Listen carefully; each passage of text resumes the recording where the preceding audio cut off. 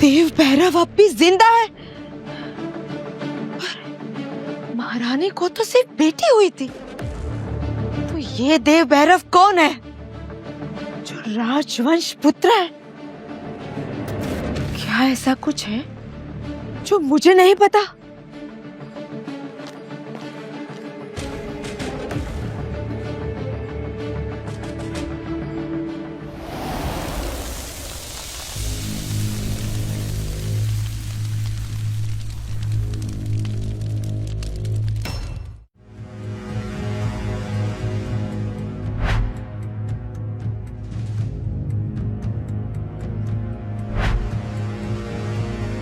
तो ये है महारानी।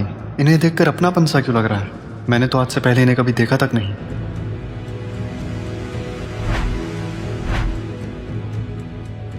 राजकुमारी कौशिकी, वो आदमी आ गया है।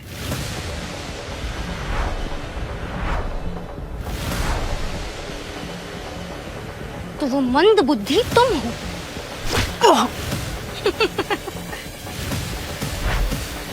तुमने तो कोई शक्ति नहीं है, तुम क्या लड़ाई करोगे? हाँ ठीक है, तुम सेना में भर्ती हो सकते हो, लेकिन तुम साधक शक्ति प्रतियोगिता में नहीं लड़ोगे। पर माँ, बेटा, मैं तुम्हें इसकी आज्ञा नहीं दे सकती। उस प्रतियोगिता में जीत ही सब कुछ है। इंसानी जिंदगी की कोई कीमत नहीं है वहां पर। तुम मेरे इकलौते बेटे हो, अगर तुम्हें कुछ हो गया तो मैं जिंदा नहीं रहूंगी। वादा करो मुझसे,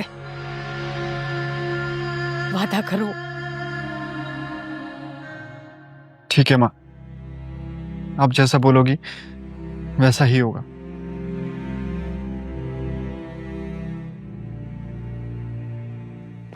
रुद्र बेटा, वापस जरूर आना। तुम ना घर जाओ, चूल्हा बर्तन और बच्चे संभालो, उसी के लायक हो। ये लड़ाई झगड़ा हम औरतों पे छोड़ दो, तुम मर्दों पे सब शोभा नहीं देता।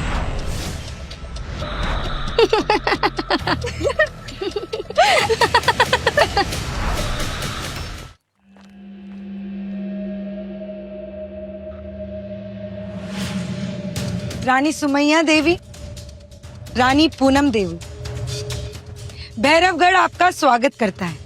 लंबे सफर से आए हैं, जाइए आराम से बैठिए। चल।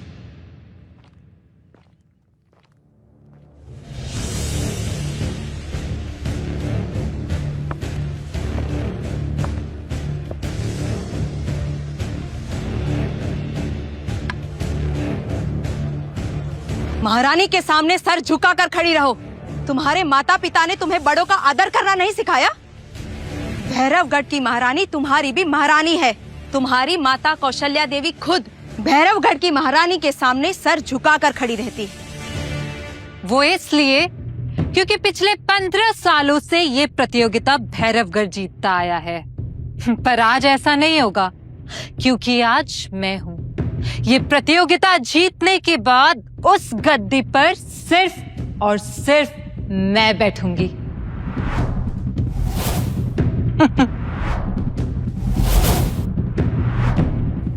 मैं हूं आपकी भावी महारानी, और एक महारानी सबके सामने सर झुकाए, ऐसा कभी हो सकता है क्या? याद रहे, अभी प्रतियोगिता तुम जीती नहीं हो। वो भी हो जाएगी, और इस प्रतियोगिता को जीतने के बाद तुम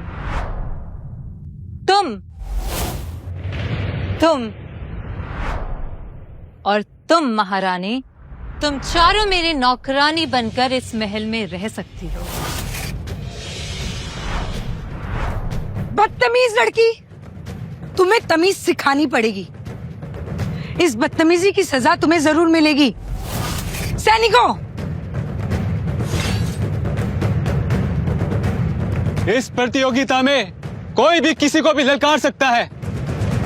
हाँ, ललकार सकता है, लेकिन याद रहे कि बदतमीजी यहाँ बर्दाश्त नहीं होगी। और हाँ, मैं जानती हूँ कि सिद्धापुर हर तरह से भैरवगढ़ पर आक्रमण करता रहता है। छुपकर वार करना तुम्हारी फितरत पे है। मैं जानती हूँ कि तुम्हारी नजर मेरी गद्दी पर है, लेकिन याद रहे, ये गद्दी छल से नहीं, सिर्फ ताकत से ली जा सकती है। आपको क्या लगता है आक्रमण सिर्फ सिद्धापुर करता है। इस गद्दी को पाने की इच्छा सब में है।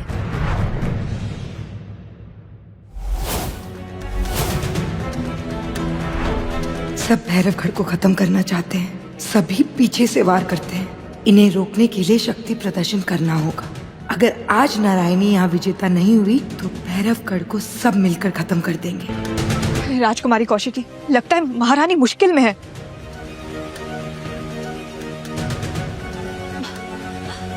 वैसे महारानी, आपकी वो महासाधिका नारायणी कहाँ है? लगता है तुम्हारी शक्ति देखकर वो कहीं डर के छुप गई है। अगर नारायणी नहीं लड़ेगी तो फिर महारानी जी, हम मरने के लिए किसे भेजने वाली हैं?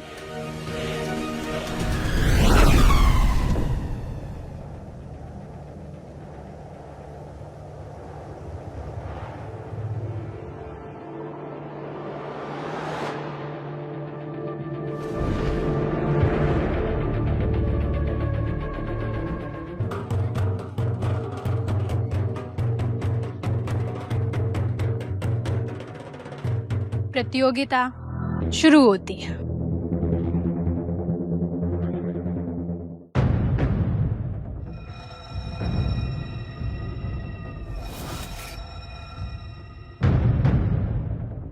इस बार भी प्रतियोगिता के नियम पहले जैसे ही हैं। भाग लेने वाली साधिका किसी भी तरह का वार कर सकती है जब तक सामने वाली साधिका जमीन पर गिर जाए और उठने लायक ना बचे। प्रतियोगिता शुरू की जाए।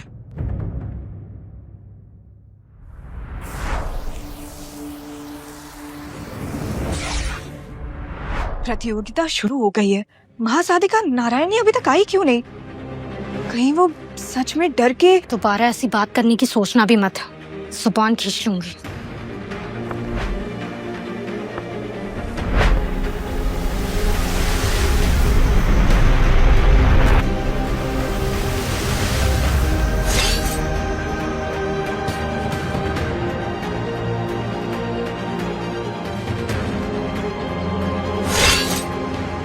मैं सेनापति तारा भैरवगढ़ की ओर से लड़ूंगी। अपने राज्य को बचाने के लिए मैं अपनी जान भी दे सकती हूँ।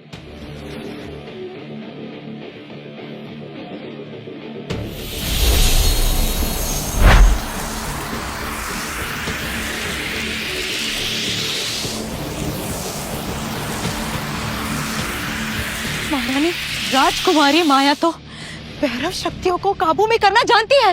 इस स्तर तक तो मैं भी बहुत मुश्किल से पहुंची और ये इतनी छोटी उम्र में ये सब कर बैठी। आज तक इस प्रतियोगिता में किसी ने भी भैरव शक्ति का इस्तेमाल नहीं किया है। माया, भैरव शक्ति का उपयोग करने का क्या मतलब है? मैं अपना समय बर्बाद नहीं करना चाहती। इस प्रतियोगिता के अंत पे विजेता मैं ही बनूंगी। मैं यही खड़ी हूँ। इस बच्चों के खेल से हम आगे बढ़ते हैं। कोई मेरी जगह अगर लेना चाहता है तो ले ले, मैं हार मान लूंगी। इतना अहंकार अच्छा नहीं राजकुमारी। हमला करो, सिर्फ रक्षा नहीं। तारा, क्या कहा था तुमने? राज्य के लिए जान भी देने को तैयार हो? ये लो, तुम्हारी इच्छा पूरी कर देती हूँ मैं। माया रुको। तारा हार चुकी। महारानी, महारानी मुझे माफ कर दो, मैं हार गई महारानी। नहीं तारा, भैरवगढ़ हमेशा तुम्हारा आभारी रहेगा।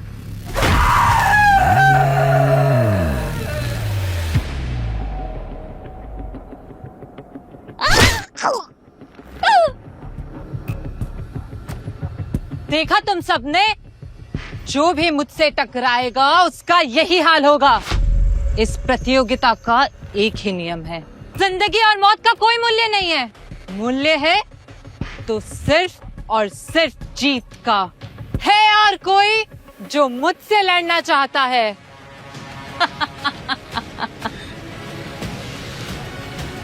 नहीं, मैं कौशिकी को मैदान में उतरने नहीं दे सकती। राजकुमारी, आप एक बार सोच लीजिए, आप भैरवगढ़ की बनने वाली महारानी हैं। तुम्हारी हिम्मत कैसे हुई मुझे छूने की? भैरवगढ़ में ऐसा कोई मर्द नहीं है जो मुझे क्या किसी भी औरत को कुछ बोल सके। अपनी हद में रहो।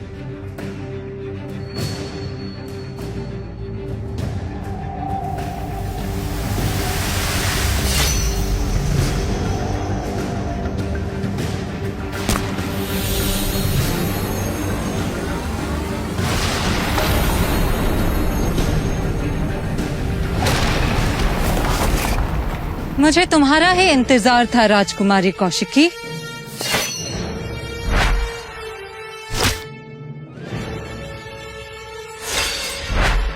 मुझे पता नहीं था भैरवगढ़ की साधिकाओं में भी इतनी हिम्मत है।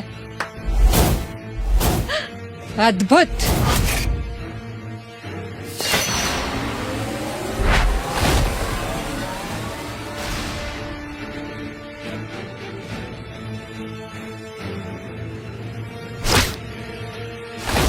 कौशिकी,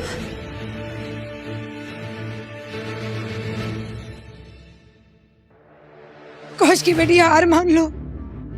जान से बढ़कर कुछ नहीं है कौशिकी, हार मान लो। महारानी की आंख में आंसू देखकर मेरे दिल को क्यों दर्द हो रहा है? कौशिकी, नहीं माँ, मैं भैरवगढ़ की राजकुमारी हूँ। मैं हार नहीं मान सकती।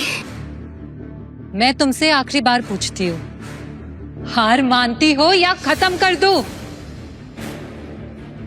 राजकुमारी कौशिकी महारानी की इकलौती उम्मीद है। अगर ये खत्म तो भैरवगढ़ खत्म। क्या राजकुमारी माया सच में कौशिकी को मार डालेंगी? मैं हार नहीं मानूंगी। शुक्रिया राजकुमारी। अब यहाँ जो कुछ भी होगा उसकी जिम्मेदार मैं नहीं, आप खुद होंगी। मैं नहीं।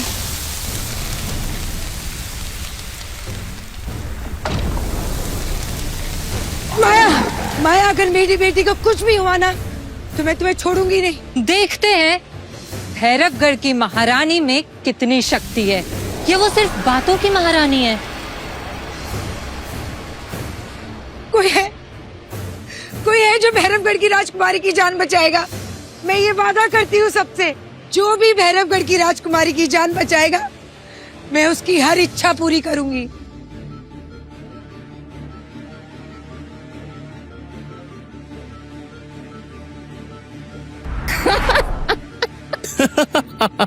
इसकी हालत तो कुत्ते से भी ज्यादा बदतर हो गई है। तुझे पता है ना, भैरवगढ़ में कोई भी मर्द अपनी साधक शक्ति का प्रयोग नहीं कर सकता है। हाँ, ऐसा कोई काम नहीं है जो औरत कर सकती है वो मर्द नहीं कर सकता।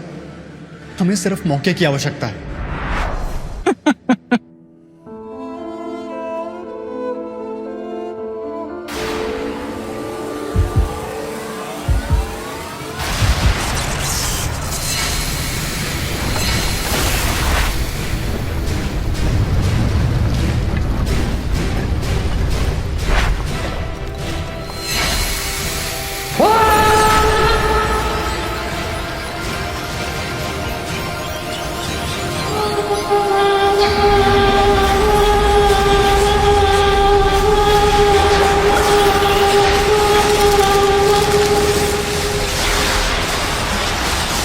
ये तेज भैरव है।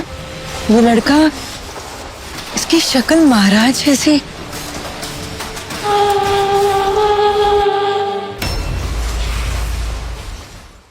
आगे की कहानी देखिए सिर्फ क्विक टीवी ऐप पर। आज ही शुरू करें क्विक टीवी का फ्री ट्रायल।